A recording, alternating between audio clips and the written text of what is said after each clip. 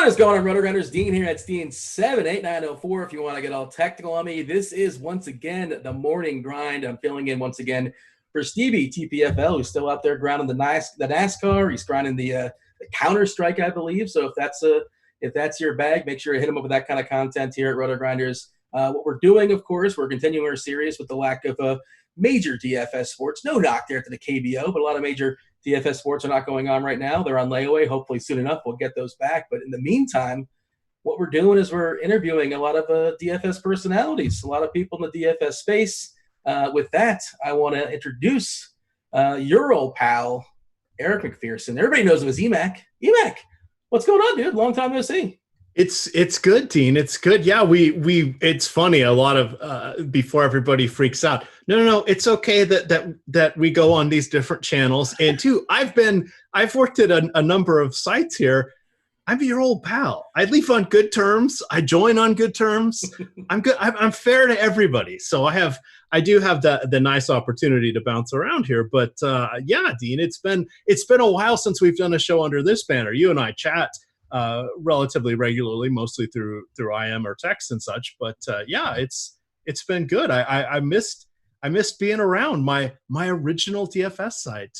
Yeah. If people aren't aware, Emac, this is where you honed your skills. You chomped the what's the terrible metaphor I was going with? Save me on this one.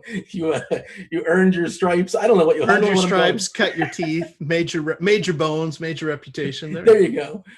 You took a little siesta there at FanVice. Which I have a FanVice question. I have to. We have to talk about the boat. We're definitely going to talk about the boat. Absolutely. That is something I definitely want to talk about. And of course, now you're at Osimo, and we'll talk about this later as well too. But I like to do like a Twitter search, and I'm like, I do some research, Emac. I don't just wake up, roll out of bed, throw a hat on, and I'm throwing a hat on because my hair is absolutely ridiculous. And that is on point. This is even better than the Dean growing a beard, the Movember Dean. Better is a relative term. But yeah, you are. I heard you on your Twitter feed. You're calling fake simulation Madden games. I have so many questions about that too. Do you play Madden? Did you? And you're I have thoughts. I hope I hate to be. I sound like an ageist when I say that. I hope I didn't come off that way, but I don't know. Maybe you're more of a Tecmo Bowl guy back in the day. You said to mention when we were talking about pre-show. How are you, by the way? How are you? And haircut. Did you recently get a haircut? Is that what's going on here? The haircut thing? I lucked out because I was supposed to get it the weekend. Kind of everything shut down. Our friend comes in. I live in Virginia, and our friend comes in from West Virginia because her parents are here, and her sister and her nieces, and she comes and does it out of our house, and usually takes care of a dozen to a dozen and a half people for haircuts. And mine's always the easiest because I'm just like, oh, fit me in wherever, just run the clippers over. But she does. It's mostly women, and they're getting color and all that stuff, and then they chat and have fun, and it's a whole thing. Well, we were supposed to do it. I think it was on that March 15th, that Sunday, and she had said, I don't really know what's going on in our state. Virginia and West Virginia hadn't shut down, but she said, I don't feel comfortable doing this since the NBA, it was right after the NBA. Kind of closed up shop in the other sports. So she said, I don't think I'm going to do this. So it was okay. And then it was weeks, and then a few more weeks, and then it was 2 months. So someone in our neighborhood, apparently we have a neighborhood Facebook page, posted that their spouse was a what do they call it? Furloughed professional hairstylist. And they would, if you sent them a message, they would come to your house and cut your hair. The rule was you had to be, out on the porch, or whatever, and you would have to wear the masks, and they would wear masks and gloves and all of that. So I got that a couple of weeks ago. Oh my, you don't realize what it's like to get a haircut when you haven't been able to for such a long time, and it's not intentional. So, I know a lot of people grow their hair long and whatever, and oh goodness, there's probably mullet pictures and fun stuff out there of me. Thank God we didn't have mobile cameras at that, back. Did you rock a mullet as a kid? Oh, I was right in the prime area. It was a what do we say? A conservative mullet, I guess. So it wasn't anything crazy on top, but it was long and back. Business in the front, party in the rear, that kind of thing going on. It was more party, not so much business. Well, I guess maybe business is the right word, but it wasn't a perm or anything like that. I just had, it was hair below the collar and all. all I that. should It mention. was a thing, Dean. It was a thing. I should mention if you guys want to see our lovely hair, this is not just on your podcast feed, the RotoGrinders podcast feed, but it's also on the YouTube channel. So feel free to hit up that us. You can hit up the YouTube channel and you can see our lovely radio faces, Emac. Yeah, and I took my hat off for the people. There you go. That's why I never wear a hat. I don't know. Thankfully, I happen to have one around, but it's been 3-4 months for me as far as getting a haircut. Do you feel obligated to tip more when it's somebody going out of their way, coming to your house under these circumstances, and it's like somebody in your neighborhood? So you have to over tip, don't you, Emac? Oh, absolutely. I was so thrilled that it happened. It was well worth it because I had gone double whatever my normal time was. And my wife was like, oh my God, this is just a disaster at this point. Because you can only kind of trim it yourself so much before bad things are going to happen. And I was trying to, for those of you, yeah, I do have a lot of gray hair on the sides now. These little suckers are wiry. And if you put on a hat, they're just sticking straight out. So you're a silver fox, man. Embrace that gray. Oh, I am your old pal, but that's an apostrophe, not a D. I'm not your old pal. I'm getting to be your old pal. I'm damn close to it, but no, I'm still your old pal. You got to own it. You got to own that, Dean. The age. See, I owned it early, and little does everybody know that each of the main DFS tout sites has someone older than me that is a regular tout. Oh, do you want to name names? So now they've waited too long. I just embraced it. Is there somebody at RotoGrinders? I believe. I don't know. I have to go see who's still here officially. You gotta hit the refresh button. Officially, the rad one, you know him well. I know he's not with RG, but he is my my senior. Okay, I didn't know that. Yeah, Smiz. Okay. Yeah. He's your senior. Yeah. Okay. I can't remember if Dave. I think Dave Potts. Cheese is good. Yeah. I don't know. Emac and Cheese. I think we're really close. Yeah. I feel like that can go either way. I'm not really sure about that. You're saying that you're saying they try to hide it. Dave Potts is doing his best to look younger. No, Dave doesn't worry about anything. Come on. He would write a song about it. I hope he writes a song about us doing the show. That would be nice. That would be amazing for sure. Yeah, good times. I'm going to have Dave on one of these days for sure. That's the plan, at least. He has to agree to it. I can't hold him hostage, but that is the idea. I want to have him. He's doing a lot of KBO content. Are you doing things of that sort these days with the lack of DFS? I mean, you're talking Madden simulation games. What other I've done that. The video games. So to answer that question, I've played a little bit of esports. Devin and I were talking a little bit about this pre-show, just dabbling in it. I don't do video games. Not that I'm against them. I kind of tapped out after Sega Genesis. Once there were double trigger and thumb things going on, thumb joysticks, it was too much. I couldn't keep track of, because my friends like to do the boxing games and the sports games, which are great. But if I can spin with B, hurdle with C, and get a burst of speed with it, I'm good, or whatever those controls were on the Sega. Once we got to lowering your shoulder and doing this, and it was just too much. It was just left trigger, right trigger. The best thing about Atari, I don't know if you had an Atari, but the best thing about Atari was nobody ever asked, how do you shoot? It was literally a joystick and one red button. Like, how do you? I guess it's the button. Yes, it's the button. It's the button. Definitely the button. But yeah, the video games I haven't really done much for a while. But it was interesting doing that. At first, it was like, well, this is going to be kind of weird, and then once you kind of got into it, it was just a bunch of, depending on who you were partnered up with, just talking, goofing around. It was a hint of normalcy. And then there was something going on in the background that you didn't already know the outcome for, which made it feel a tiny bit like sports. Not as exciting, but it gave you just a little respite where for 45 minutes or an hour, you were not thinking about other things that are going on outside of the house and in the news and all of that. So it was nice to just have a little escape moment. But I think it kind of ran its course after the 2 months that we did that. You mentioned you're in Virginia. Let's go back a bit. You grew up in the state of Washington, right, in a very small town, correct? Also correct. Shout out to Cashmere, Washington. It's 3 miles away from the geographic center of the state of Washington. 2,500 people. That's the population. At one point, my mom was the mayor of the town, first woman mayor. That was when I was in school. It was basically a volunteer position. She made about $60 a month. It was like being on school board, basically. And it was a variety of business people that usually kind of cycled through or sort of took turns doing it for a term or two. So she did that, and it was a full-time job, lo and behold, but it was kind of donating your time to the town. So she had done that. And then just to make it full, Andy Griffith Mayberry fashion, most people aren't going to get that reference, but at one point my cousin was also on the sheriff's department. So Cheese and Smizzle got that reference. I'll tell you that. Exactly. If they're listening, they got the reference for sure. D-Train, Devin in our ears, our producers. Yeah, maybe. Who? Never heard of them. No idea. By the way, fun fact, I learned this the other day. Seattle, it's interesting you say that. Seattle is the first city in America to have a female mayor. So maybe it's something in Washington.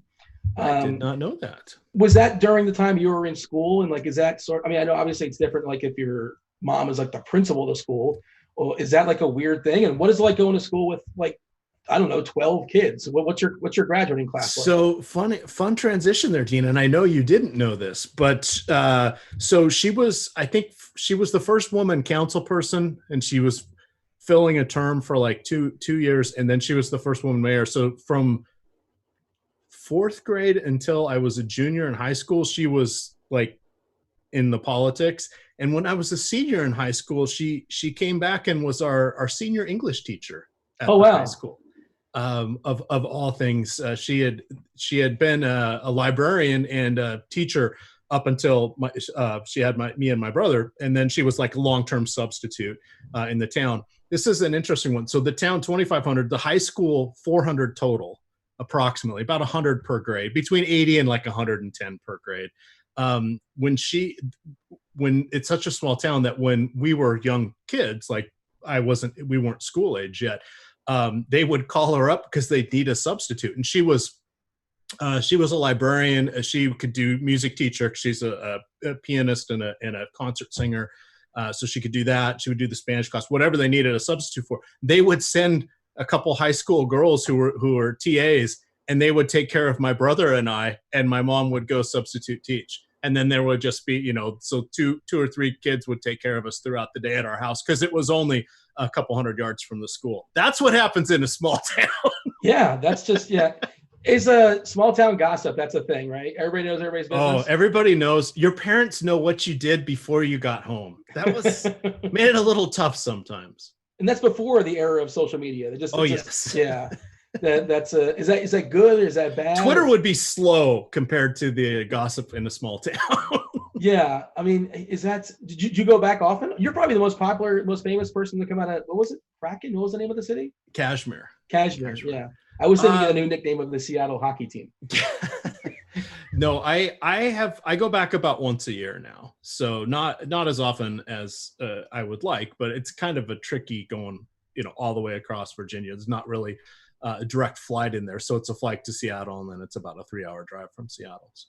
And you still are Mariners fan, I guess, Mariners/Nationals? Mariners and Nationals, but no longer can I say yes, I root for two teams, but they're the only two teams that have not only never won a World Series, but never even been to a World Series. Well, the Nationals crossed themselves off that list, reigning champions, but yes, Seattle and the Nationals, but there's nobody left from the Mariners from when I used to be there. I think Ichiro on his second stint and Felix Hernandez, King Felix, were I think they were on the team when I left. So it's a little harder to keep up with them on the East Coast. Who was your guy? Who was your favorite player back in the day? Oh, Griffey or Jay Buhner. Yeah. Oh, Edgar. Well, all-time favorite was Edgar Martinez, but they were all kind of interchangeable. Is he in the Hall of Fame now? Edgar is, yep. He just got in, right? Yep, just got in. Last time or 2 times ago. Okay, yeah. I know that was a big debate because he was a DH and people were angry about it, and people get so passionate about something that's so innocuous. Like, put him in. How does this bother you? They named the DH award after him. Come on, he should be in. Did you ever go to the Kingdom and shave your head on Jay Buhner night? Right? I did not. I did go to the Kingdom a fair amount. They were not even a 500 team.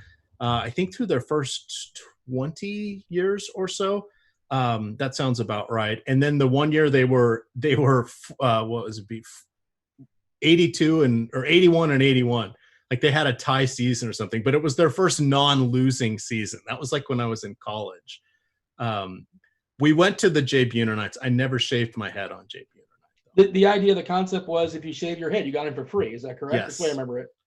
And you know what? Tickets didn't cost much, and it was not a full crowd, so that wasn't really a problem. Well, they weren't exactly. Well, they were a winning team eventually. Yeah, they had some good runs, and Randy Johnson, of course, you guys had Ken Griffey. So we didn't swing it all baseball. Ken Griffey, can we? Yes, maybe, possibly. Ken Griffey's awesome. Yeah. Yeah. What took you to Virginia?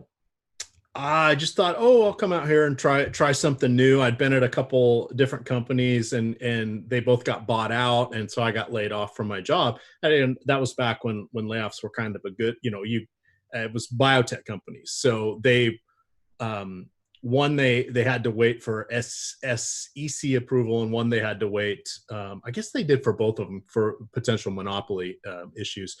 So they gave us big packages to stay through the close date, because if in the event it was disallowed, both companies would have to be a going concern on their own, and they couldn't just say, we're getting rid of all of you, and then if they didn't have us, if the deals wouldn't have gone through, it would have been a problem, because I was in accounting and finance those days. I'm in HR now, but the good thing was we had so many scientists that they got lucrative packages, and because they really wanted us, we got pretty good packages as well. Basically 6 months of severance plus all your stock with SuperVest, and then you also got stay bonuses to stay for a certain period of time. So at each one, I got almost a year of severance each time I got laid off. But I was like, while that's good, it's also you start to make inroads. You become on the fast track at whatever company you are, or a go-to person, and then the company just folds. So you're like, okay, all that hard work I did, where did it go? So I thought, hey, why don't I come out here to Virginia? I had some friends out here that I visited quite a bit, that I'd grown up with.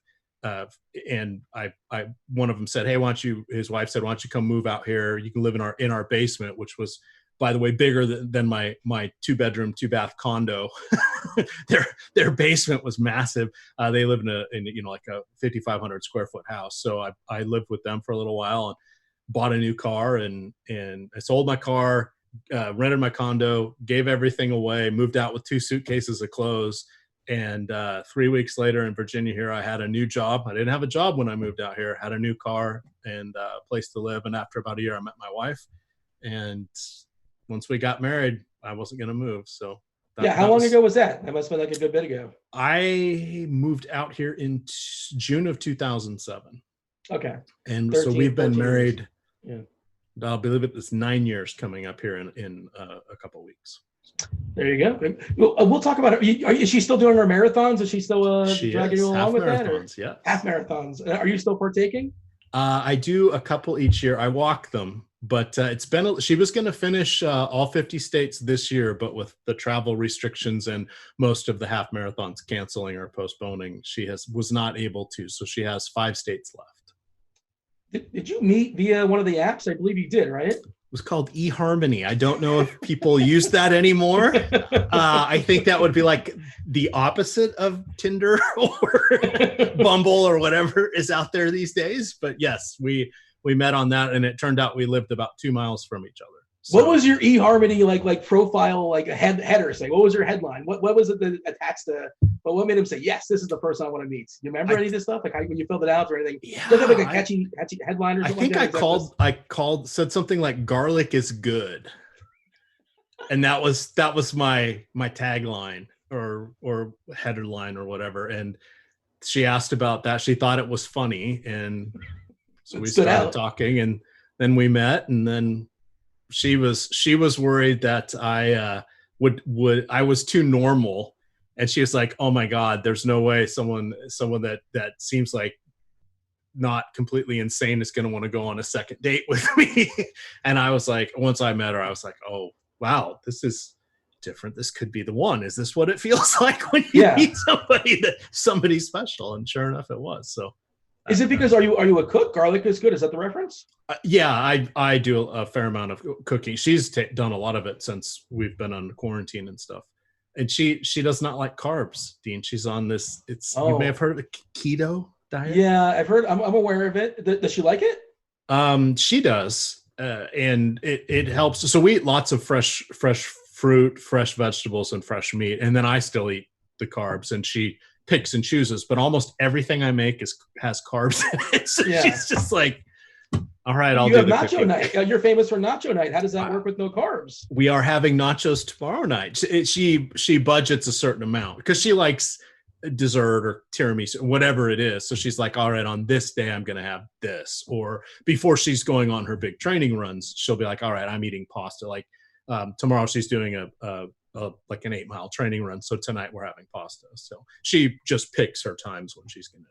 I was going to ask, this isn't the perfect question for you because I always wonder like what people say, what do you do? Like, how do you answer? Like, what do you do? Like people in the DFS space, but you actually have like a real 9-to-5 job and you do the DFS. So at what point do you bring in DFS? And I guess now at this juncture, your wife has to know there's 20 minutes to lock, honey. Give me 21 minutes. I'll be right with you. Is she? I don't want to say trained, but is she aware? Trained is the right word. It's the wrong word, probably.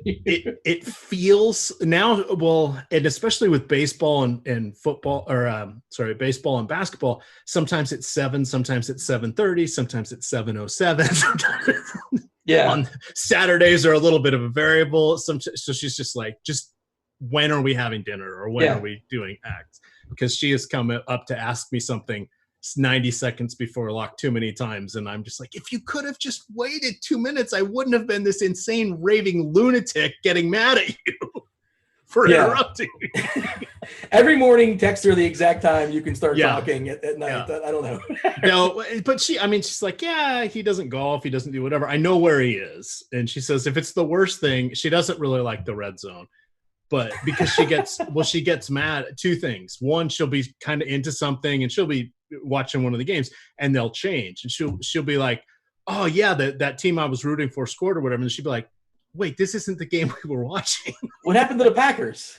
Exactly. And then she gets mad about the touchdown montage because I'll say, oh, look, this was a great touchdown. Watch this replay. And she's like, you're going to make me watch the touchdown montage anyway. And I'm like, but it's sponsored by your favorite company, Amazon Prime.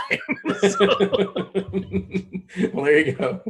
Before you met your wife, was there any sort of like any terrible date stories? Because I hear people talking about, on the apps and anything kind of goofy, anything kind of awry happen? Yeah, but I'm sure I was probably somebody's terrible date story as well. So it all depends. There were some funny stories, like people clearly not using pictures that were that. Now again, I was doing this back. It was like you didn't have a cell phone that could take a picture. This was like the flip phone days and 2005. Yeah. So when I first started doing the online dating, it was probably like 2002, 3, 4. I did a little bit of it, but like half the people wouldn't have pictures or they were using ones that clearly weren't them once you'd meet them and all of that. Now you can kind of know what somebody looks like because they have more of just than the dating site social media presence, right? So like for mine, filters, Emac, filters. Well, yeah, all that fun stuff. Mine would be like, yeah, you want to search my name, you're going to find a bunch of pictures of me with a bunch of baseball hats in the background. There you go. If you guys are watching us on YouTube, you can confirm. We see is that all Washington Nationals? I don't have it zoomed in. There's a Baltimore Oriole. There's 4 or 5 Nationals. There is a Colorado Rockies in there and a Mariners one in there. And at the top, it's Fantasy Aces. You may remember. Oh wow, there you go. Remember, and the one below Fantasy Aces, Fantasy Feud. Some defunct sites there. You loved Fantasy Feud. I feel like you were a big fan of that site. I did. So I started transitioning to my first. When I first found DFS was June of 2011. Okay. Baseball, and it was FanDuel and Draft Street.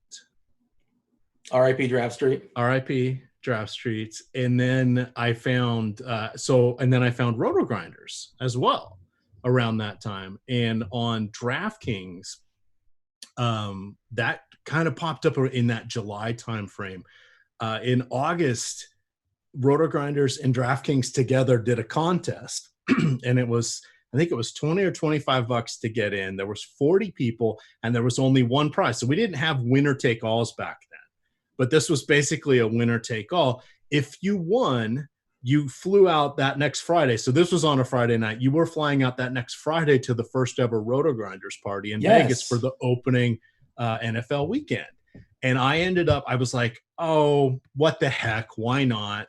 I'm going to try this because I had seen RotoGrinders and Dan Bach had his podcast. So I was like, oh, wow, this is kind of neat. There are other people that like this stuff. Because otherwise there was just Twitter didn't really exist at that point. The sites had little chat rooms, but they were a disaster. There were better ways to spend your time. When they got crowded, they were horrible. But for a while, you would recognize people's names and stuff like. Well, I've talked to Beer and I talked to Beer Maker's fan. He was early on. He was in them. Head Chopper was. Yes. I'm trying to think of anybody else that was still around, like Omzi and Rudzia, and be like, guys, no one. They were like the Condia of their day. Yeah. But they would, they'd be popping in there. But there'd be about 50 to 100 people playing on these sites at night. There weren't big GPPs. There was like 5-mans and 10-mans. So like and then they had head-to-heads and 3-mans. Double ups didn't come for a while and triple ups didn't come for a while. It used to be hard to get a lot of volume down for head-to-heads. So it would be certain people would just flood the market and you wouldn't get diverse opponents. So they first came up with the concept of 50-50s or double ups to protect you from just matching up with literally the same person would just take all the head-to-heads. So it was to try to diversify your opponents. It wasn't really a cash game thing. It was just like a herd, like he can't get all of my games and I can beat half these people kind of thing. So that was a concept that like all of the sites, one site came up with it. And then by the end of the week, all of the sites had it. And then they did triple ups and quadruple ups and quintuple ups. And then that kind of spun off into GPPs with Ernest. So yeah. You won, spoiler alert, you won the contest. You went out to Vegas. I won the contest, went to Vegas, 2 Manny Machado home runs. I had heard his name on the radio. He was a rookie for Baltimore. He was the minimum back then. The minimum was 2,000. I think he was shortstop still then. Might have been second base. I forget. But this was like right when he came up. It was like he'd maybe had 4 or 5 games under his belt, but he had 2 home runs that night, and that got me the win. Went out there. Got to meet Dan. Got to meet Beer was out there. Stevie was out there. Was Stevie at the first one? No, Stevie wasn't at the first one. I wasn't there, so I can't. You went there. Head Chopper was there. CSU Ram was there. Napster Man, Eric Wardenberg. Sure. He was there. JMB Wings fan, John Britt was there. And none of us at that point worked for RotoGrinders.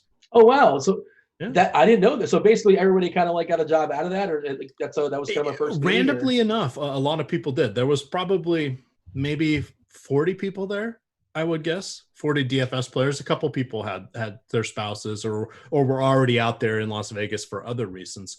Beer Maker's fan, he was on air at that point, I think, for RotoGrinders. And you approached Cam, Cal, Dan, or they approached you, or how did that sort of work where you all of a sudden started doing content for RG? I told Dan I wanted to be interviewed on his podcast. And he said, you need to win something first. And I'm like, well, I won this trip. And he goes, yeah, that's nice. Win something else. And that next week, I won on Daily Joust, of all places, RIP Daily Joust. They had a contest. So this is how the big GPPs kind of worked back then. You won, it was, you'd like win a seat, kind of like you do for a live finals. And they had, I think there was 12 people. They ran 12 qualifiers. 12 people got to go into it. And then like the top prize was $5,000. I think second place was $2,000. Third place was $1,000. And then it was like 500. And I think like everybody else got like 500 or something. And I ended up winning that. So and Dan played on the side. I used to play against his dad all the time. I got to meet his dad out at a few of the RotoGrinders parties. Bacher 67. Wow. That was his screen name back in the day. One of my big rivals. So anyway, I won that contest, and there we are. And you're like, hey Dan, how do you like them apples? Like, yeah, come on, let's do this. So yeah, $5,000 back then was like, oh my God, I can't believe this happened. But I didn't ever want to do this full time. I couldn't figure out how to do it because for the longest time I I didn't think it was legal, or I didn't think it was real. At first, I thought it was, are people laundering money? How is this? I didn't never played online poker, so I didn't have that. I hadn't seen that type of thing before. Oh, this doesn't. One, is this legal? And two, where have you been all my life? If this was around like during college time, like I was already a kind of a shit. I wasn't the best person at applying time management, I would say. I would have been in trouble. So. I probably would not have been great at, balance, life balance. So it's probably a good thing for me, and maybe for yourself as well, that it came along at the time it did. And so I know you mentioned this before. You won. You go back and you always mention how many years you are in fantasy, and it dates back to you have a big ESPN win, and you played in these contests that I either saw them and didn't play them, or I don't know they existed. But so they don't have them anymore. Basically what it was for about 10 years, ESPN would run these contests amongst their season-long teams. So they take and index the strength of only their paid leagues, and it was like $10 to get into these leagues. They were season-long. Some were head-to-head, some were rotisserie. They had hockey and football, and so like 2 formats in all the sports. But I really liked the baseball. And then they'd index you against other gamers. They called it Uber scoring, which was funny because it was well before the company Uber ever came out. Yeah. But you basically be indexed. So if you had a 99th percentile score, you got so many points, and then they'd rank all the gamers. So I never cracked higher, I think, than 6th, but I was usually in the top 12 or 15 for quite a long span of time there. But I won rotisserie league style, 10 team league. I won, and our league was a bunch of really good players. So we had all said, hey, we're going to join this league. We called them challenge leagues back then. And we all joined that league. And then we had a really high index score because everybody was trying, and it was very competitive. And I ended up winning. And our league, plus how well I did, had the highest score. So I got a trip for 2 to the MLB All-Star game, which was very cool. And I was like, oh my God, there's no way you're ever going to win one of these prizes. Well, it turned out that one of the guys in the league I was in had won it the year before. So I had reached out to him. I'm like, what the hell? I won this. What did they do with you last year? What was it? And he's like, so he said, they'll pay for your trip out to wherever the game is. You get 3 nights in a hotel. You get 2 tickets for the Futures game and the Home Run Derby and the All-Star game and all that. I'm like, oh, this is awesome. So that was right when I had met my wife. So I took her to the first one. And I say the first one because there was a second.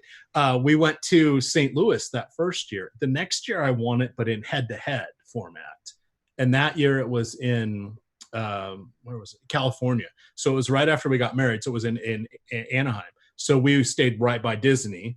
ESPN I don't think they were owned by Disney yet, but they kind of had those loose ties. They weren't as intertwined as they are now, but we would go to the Disney stuff during the day and the baseball stuff at night. And we had just gotten married the week before. So that was kind of like our extended honeymoon. So we did that for a few days. And then we went up to Washington to see my family because we got married in Mexico, for a destination wedding. So, and then the third year I got 10th overall. Okay. And my wife was like, how come you didn't? What happened? You blew it. Why didn't you win? She got spoiled.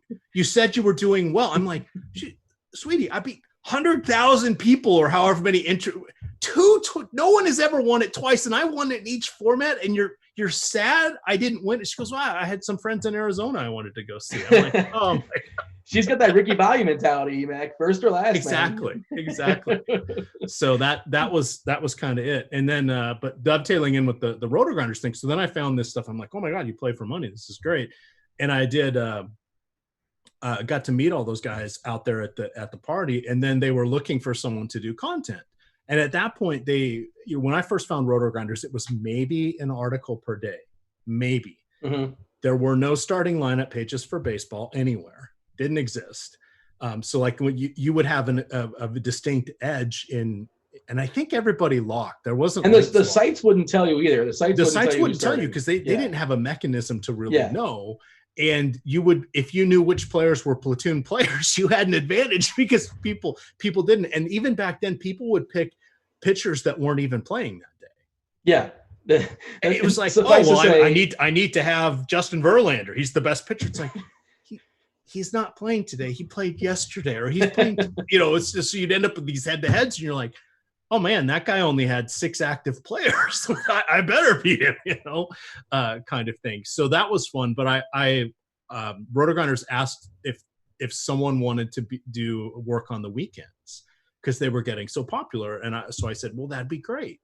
And so I started doing some articles and stuff on the weekend. And then I was the first weekend show host along with Bills fan 777, Warren Kasoy, who was 18 or 19. He had just finished high school in Canada. He lived in Toronto, and he was going to go to university that fall. So he and I guess we must have been the only 2 people that reached out to Dan and said, yeah, we want to do it. And we did like these little audition tapes that we sent in. I think we were the only 2 that sent anything in. And so I still have the email. He sent something back in, and he goes, we sent, unbeknownst to each other, we did ours separately. We sent them in, and then we reached out, and he goes, yeah, I'm going to have you and Warren do it. And then like 11 o'clock Saturday night, he's like, yeah, can you guys do it Sunday morning?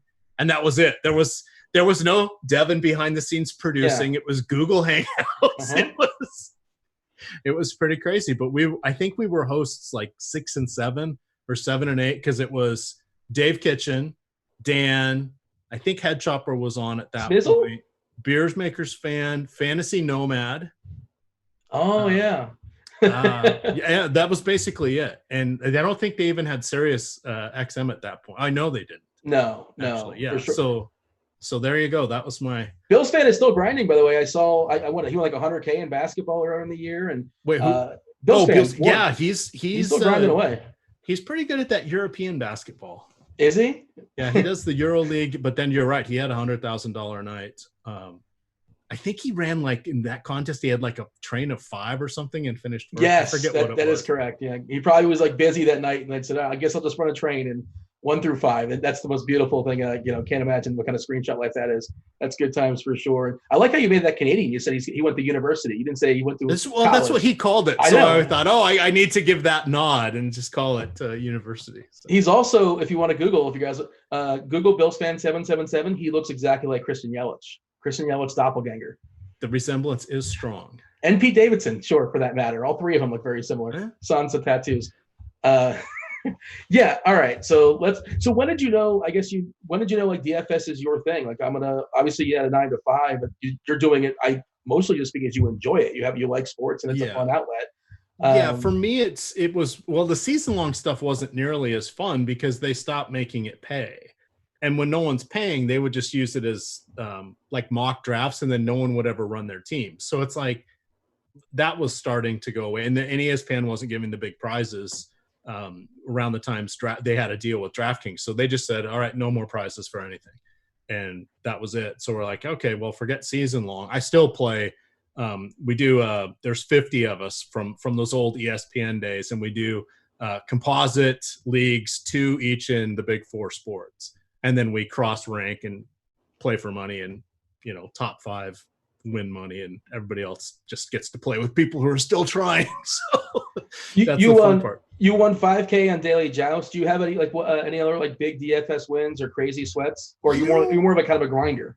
More of a grind. I mean, well, to your point, for me, it's always been the outlet, the puzzle, the having fun, the enjoying it, the having a distraction. So that's been really hard when all the sports went away. It was like, okay, now all I can think about is, what is this COVID? How are we stopping it? What is the plan? How is this testing? Who is analyzing this? Have they ever analyzed anything in their life? What are they doing? The answer to all of that is, yeah, probably not, and no. So all I can think about is that. So that took me a while to turn my brain off because I didn't have anything else to occupy it. But I've gotten a little bit better. I sleep about 2 hours more a night, Dean, than I did a year ago. I went back and looked at all my Fitbit data. I'm like, oh my God, I'm sleeping like 8 or 9 hours a night, whereas before it was 6, maybe 7 if I was lucky. But it's just been weird. So for me, it was the puzzle and the new challenge each day, and people were trying in the instant gratification. Never really been about the money, and because it's been so top heavy lately, I've changed how I do it. So I play a lot of low stakes. I like to play a lot of lineups.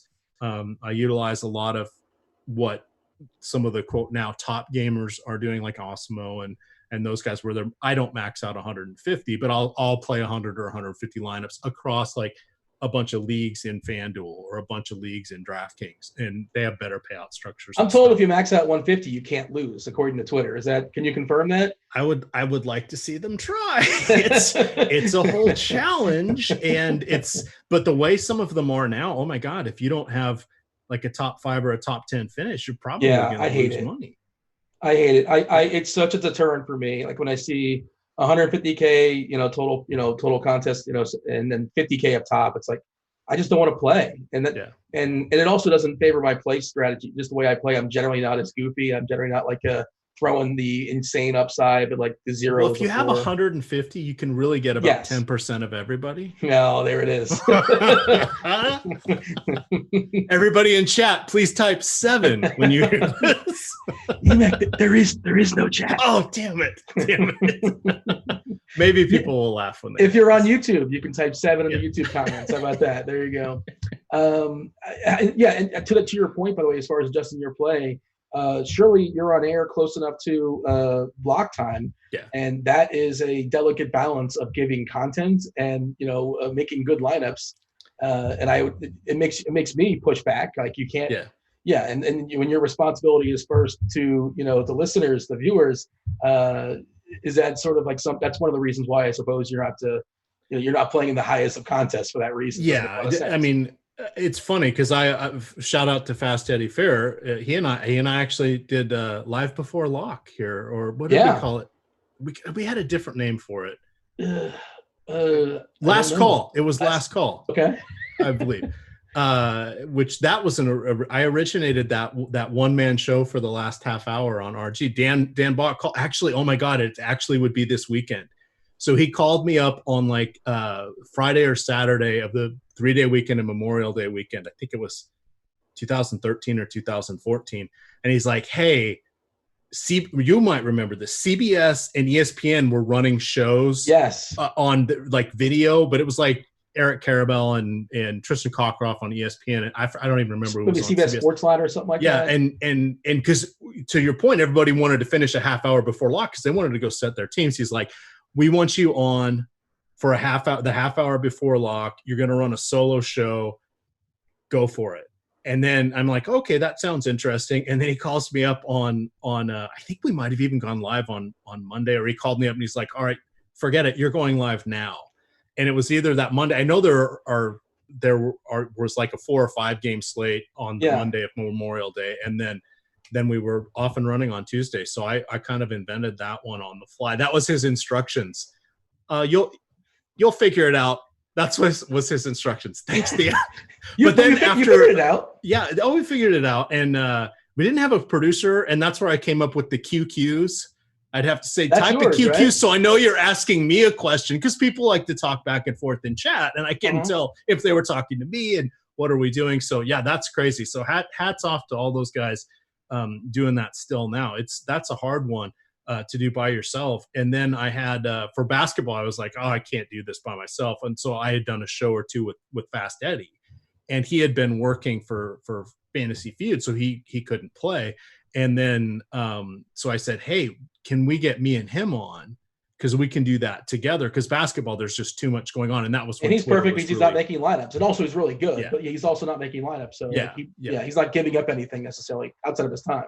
So that helps. But my trick is I can only really play on DraftKings when I go up to lock, and a lot of times I'll have my placeholder lineup from games that are 7:30 or later, and then if my upload doesn't work or it doesn't happen, I have a fighting chance to get in. The problem is if there's too many games at 7 o'clock or all the good ones are, you're working against yourself. So to answer your question there, I probably play $100, $200 a night, but when I'm on air, and then like throughout the course of the year, I haven't looked at what I did this year, but usually, because we haven't played for 2 months, but it's usually closer to $100,000 of cash in play throughout that time. But everybody's like, oh, you only play the low stakes. I'm like, yeah, because the really, really good players can't go below $5 because they've used up, or the high volume player, doesn't mean they're good, but the high volume players aren't going to be there. And you're going to see me there until I hit my caps, which I'm not that far away from. But gosh, until then, you really want to diversify, find those better payouts.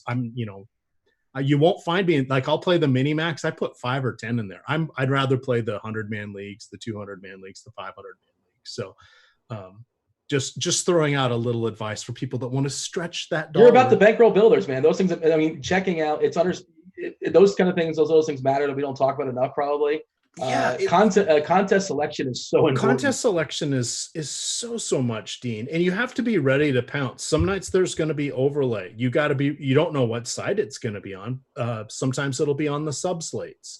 Sometimes, usually around a holiday weekend, but you have to kind of keep an eye out for it. It's not as prevalent as it once was, but it was still there. I mean,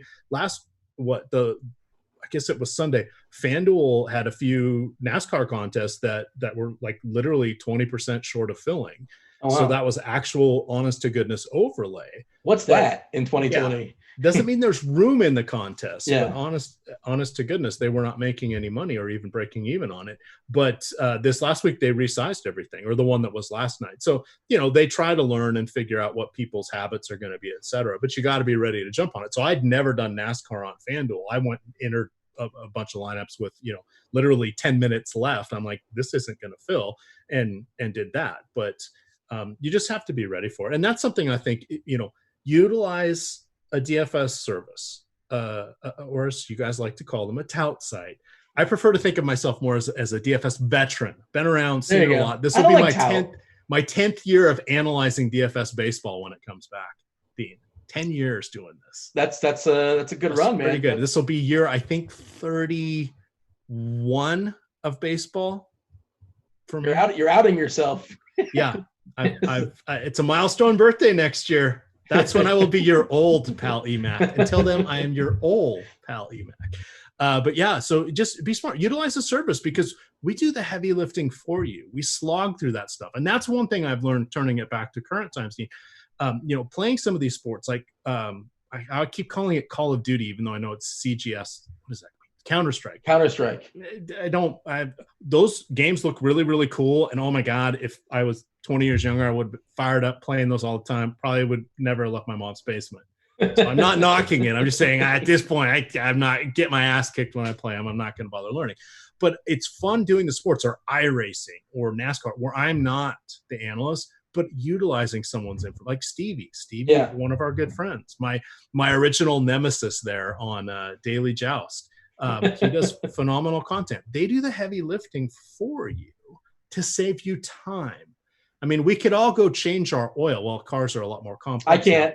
Yeah, I'm going to go to Jiffy Lube or whatever, okay? We could all cut our own hair. You know what? It's probably better to have someone. So go to someone that's going to help you save time. And then that's what you're buying is the additional time, because that's the one finite commodity out there. We can't make more of it. So. Time is a commodity. Yeah. That's something you learn the older you get. And it's funny you mentioned Stevie and changing oil, because Stevie always gives me a hard time because I don't know how to change a tire. And he will never let me forget that. Yeah, that's what AAA's for. And by the way, they've reduced their prices if you call them during this time when less people are driving, because they want to keep people. There's my public service announcement. There you go. You mentioned Eddie as well, too. And that's good. It's a good segue. Before you landed at Osimo, after you left RotoGrinders, in the middle. Oh, the Fan Vice, yeah. You went to Fan Vice with Eddie and Draft Cheese. Fantasy advice with an edge. With an edge, okay. I did not recall the. I had a joke, but I'm just going to let it go. Fantasy Shane. That's where my brain went. Shout out, Fantasy Shane. I hope you're doing well wherever you are. The gif that we always see on Twitter of DC jumping off the boat. I think it's DC jumping off the boat. I think we see Manny as well too. Manny is there. You're there, right? Why don't we? Aren't you? Did you not jump off the boat as well? Yeah. Oh, this is perfect timing. If you watch that, I actually have a Michael Jordan. I look like the Air Jordan logo. I'm in the middle. I'm wearing a white suit with a turquoise shirt. Manny's on the far edge, and he kind of trips on the railing because he didn't realize you couldn't step on it. Draft Cheat is next to Manny. Eddie and Shane are there as well.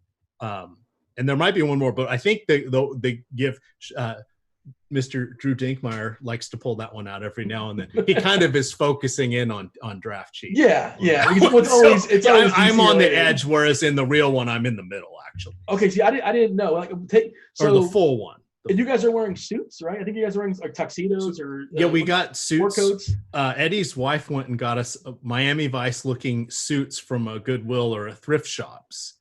and like for a song, like Yeah. she bought like 10 of them in different sizes for like $100 or whatever, and some of them were 3-piece suits and whatever. So we were trying to figure mixing and matching and who could fit into what, because there was, Eddie is tall, I'm not tall.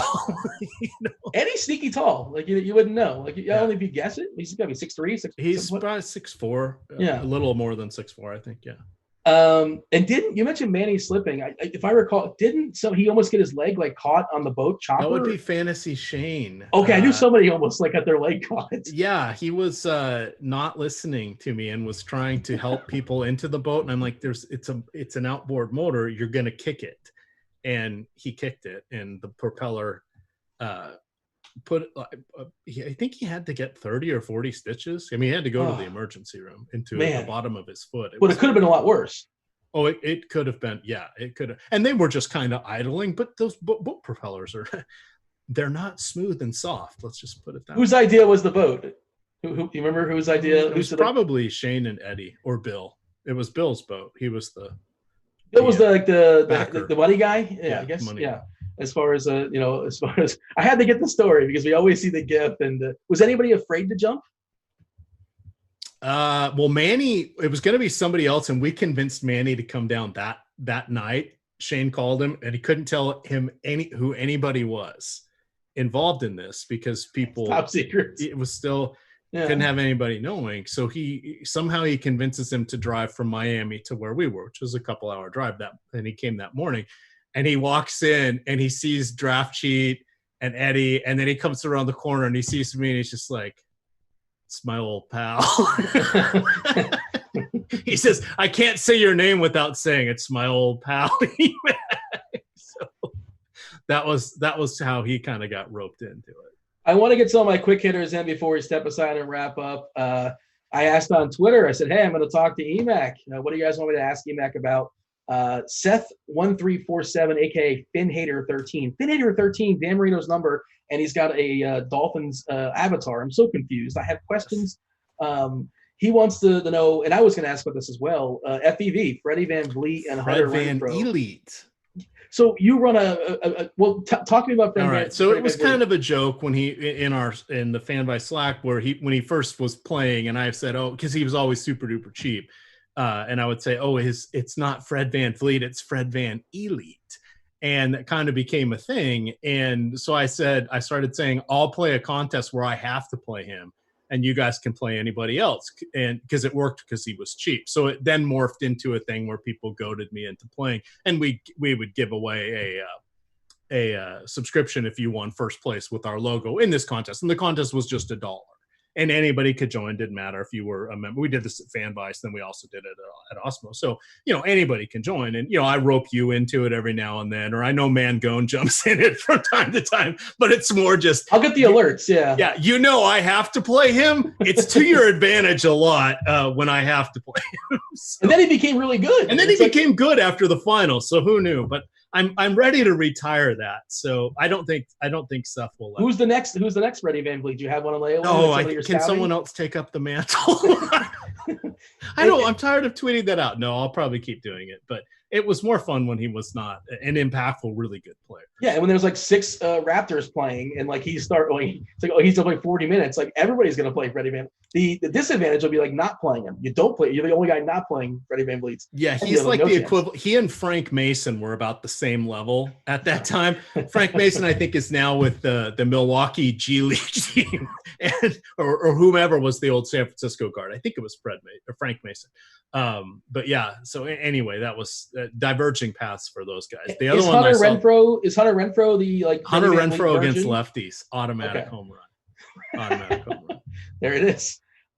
This one, I have another question. This is from Pepsi 7. Chris Lowry, you may remember him. Now, I don't want to frame it any way, but it feels like he's fishing. I feel like he's fishing here. You have a favorite RotoGrinders moment on air, a favorite personality to work with, and then he added on, our rap was pretty fun. Do you remember rapping with Pepsi on air? We did, and sadly, it was R. Kelly. I don't think we're allowed to use R. Kelly songs anymore. Was it in the closet? What were you guys rapping about?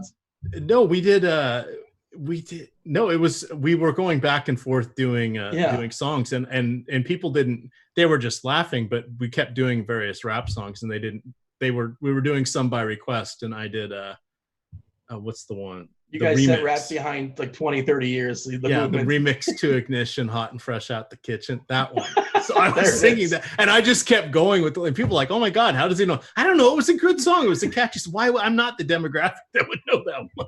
But here I am. So that was a good one. So Pepsi and I had good shows. Dan told us after that we weren't allowed to do songs anymore because we were worried about copyright reasons. Yeah, not because yeah. Dan was a big authoritarian in this podcast. He's telling you have to go on air now twice, and now he's telling you. Hey, he gave me my first break, man. I'm very thankful to Dan. He gave a lot of us our first breaks, and a lot of us are very thankful. What is Bath Night? Is Bath Night on SATURDAY night? Is any night Bath Night? So Bath Night, I always said if I won a trip to a live final, I would do my next show from the bathtub. That's just unfortunately or fortunately, depending on your perspective. It came from a story where Saturday night is bath night. So I told some story on air where, like, literally back in the old West days, they would take baths like once a week, a lot of time, and it would be Saturday night because then they'd go to church on Sunday. So that was like the one day a week where they made everybody, jump in the tub and pour the kettle of water in and work whatever they were doing. So we made some joke about that. So that was that one. The SATURDAY Saturday night, that's the Bay City Rollers. Yeah. So to open Saturday shows, especially with STL cards, I would do the SATURDAY, and then I would make him say night. And he didn't like to do it, but sometimes he would do it very emphatically if he had won big the previous day or whatever. And the chat decided that if he yelled it with enthusiasm, that was a good sign for our chances that day. So I like the dichotomy of like you getting all excited about Saturday, spelling it out, and he would just say night. I don't know. Did he know it right away, or he had to be trained in that one as well? I'm not sure. Like, did he know that? He needed a little encouragement. I told him I would send him a peep a day if he did not participate. STL Cards does not care for peeps. Yeah, I'm going to have to interview him. We'll do 20 minutes on peeps for sure. He's right, by the way. It's a good take. Peeps are gross, right? Yeah, I'm not a fan. I don't like the sugar. But I also don't like Lucky Charms. And I was just having that conversation the other day with someone. I'm like, no, I don't like the little marshmallows. It's not great. Here's the thing. It's not that they're gross. It's that they're not good enough that it's worth to take in all that nonsense. Yes. Like if you're going to take in like terrible stuff, have it be delicious. And it's not delicious enough. I guess it is not magically delicious. There you go. Are we binging stuff on Netflix these days? Not Amazon really. Prime. I did watch The Tiger King. Oh, and everybody was really weird in that one. I don't know. I don't think we could root for anybody except maybe the guy that had lost his legs from the zip line accident. Zip line, yeah. Carol Baskin, guilty or innocent? Hey, all you cool cats and kittens! Carol Baskin's here, Big Cat Rescue. I wanted to open the podcast up that one of these days. I still yet to do it. It's in my brain to do it one of these times, but maybe next time, I suppose. I opened up one last baseball season singing Old Town Road. Oh, wow. Did you get a copyright like on week 3? Who knew it was going to go on for another 20 weeks or whatever? Sorry, Boys to Men. But there was a lot of copyright strikes. Maybe that was one of the reasons for it. I have no idea. Good point. Lots of sites got copyright strikes to my knowledge. So I don't know the reasoning, the YouTube algorithm. I can't speak to it. I have no idea. But I think fortunately none of my videos ever got the strikes, but that's a good. Dan was ahead of his time in telling us to not screw around with that. Do you I like to ask this question because you never really know what's going to go. Do you have a favorite, or not a favorite? Do you have a random celebrity encounter? Just a random celebrity? A random celebrity encounter. No? Bill Nye the Science Guy. Okay. He was in Seattle, is where he kind of came into prominence before his national shows and stuff. He was on like a local Seattle station knockoff of Saturday Night Live I think it was called Almost Live. And he would play these funny characters and stuff. I was in college. We were down one summer getting ice cream at the grocery store, and we're all of a sudden he's walking by. It's like 10 o'clock at night, and we're not old enough to buy beer. And he says something about some cute girls with us, and he's like, I'm surprised you guys aren't at the beer aisle or something. And we turn and look, and it's like, oh, it's Bill Nye. He just waves. You know it's Bill Nye. It's like, is that you when you Bill Nye the Science Guy, you know it's him, right? Yeah, you out. Definitely do. Definitely. Is he wearing the lab coat or no? Is he what? Is he wearing the lab coat or is he sans lab coat? No, he didn't have a lab coat. He's very, very skinny guy though. He's exactly what you would think. He was, yeah, definitely looked like a scientist guy, geek. Favorite wrestler back in the day? Not your thing. Tommy Wildfire Rich. Whoa. Or Junkyard Dog. Okay, JYD, yeah.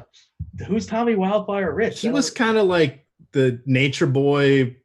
He was on one of the satellite wrestling. We used to get Georgia. I called it Georgia Satellite Wrestling, but someone told me it was Tennessee. It was like one of the regional ones, like right when WCW and WWF, not WWE, were together. So that was around that time. And my brother had a subscription to the WWF magazine.